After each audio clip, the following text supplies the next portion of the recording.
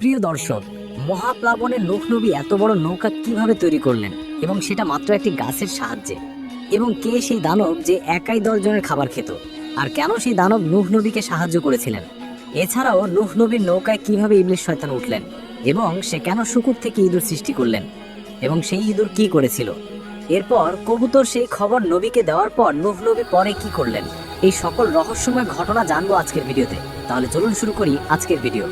হযরত নূহ আলাইহিস সালাম অনেকদিন ধরে আপ্রাণ চেষ্টা করেও যখন তার জাতিকে ন্যায় ও সত্যের দিকে আনতে পারলেন না, তখন নিরাশ হয়ে তিনি আল্লাহর নিকট প্রার্থনা করলেন, হে আল্লাহ, তোমার এই অকৃতজ্ঞ বান্দাদের তুমি আর পৃথিবীতে বাঁচিয়ে রেখো না, এদের ধ্বংস করে দাও। আল্লাহ তাআলা হযরত নূহ আলাইহিস সালামের আবেদন মঞ্জুর করলেন।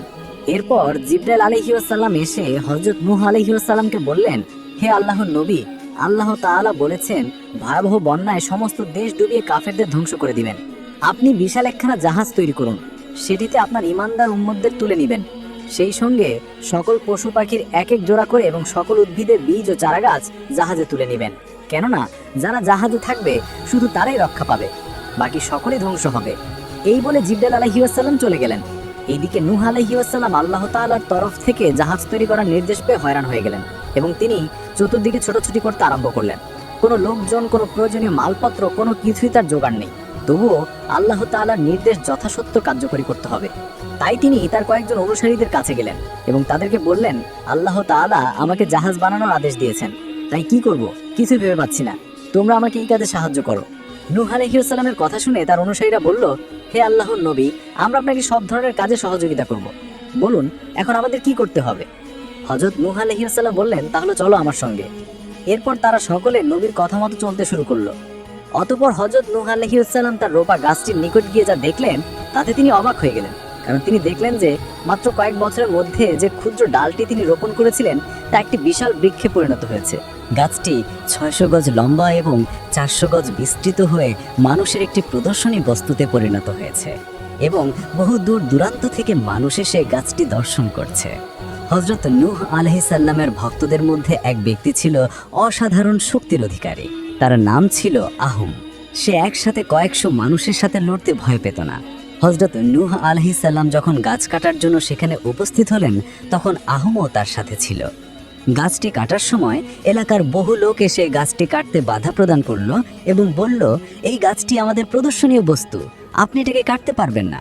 তখন হযরত নূহ আলাইহিস সালাম বললেন, গাছ কাটার জন্য আমাকে আল্লাহ তাআলা নির্দেশ দিয়েছেন, অতএব গাছটি আমাকে কাটতেই হবে। এমন সময় কয়েকজন ছেলে এসে হযরত নূহ আলাইহিস সালামের হাত থেকে অস্ত্র কেড়ে নিল।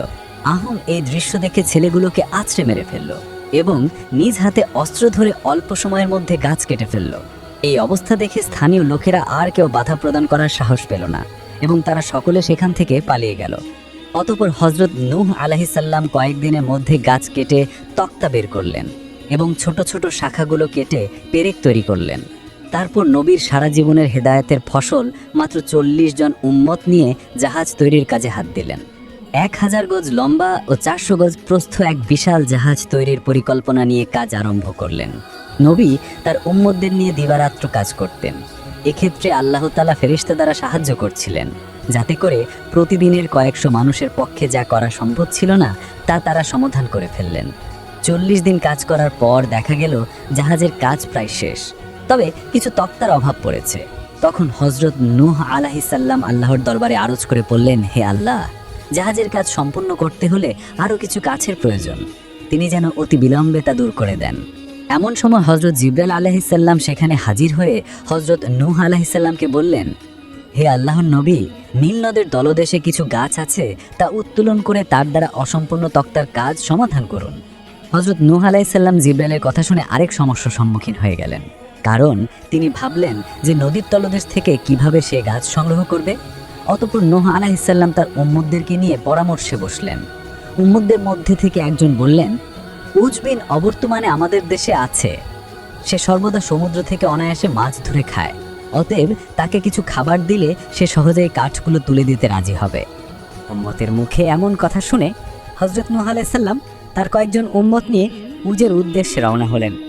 উজিন উনুন হযরত আদম আলাইহিস সালামের এক অপ্রতিদ্বন্দ্বী পুত্র ছিল। সে ছিল অত্যাধিক লম্বা ও ভীষণ শক্তিশালী। সে লম্বাই ছিল 3000 গজ এবং তার দেহ ছিল আনুপাতিক স্বাভাবিক।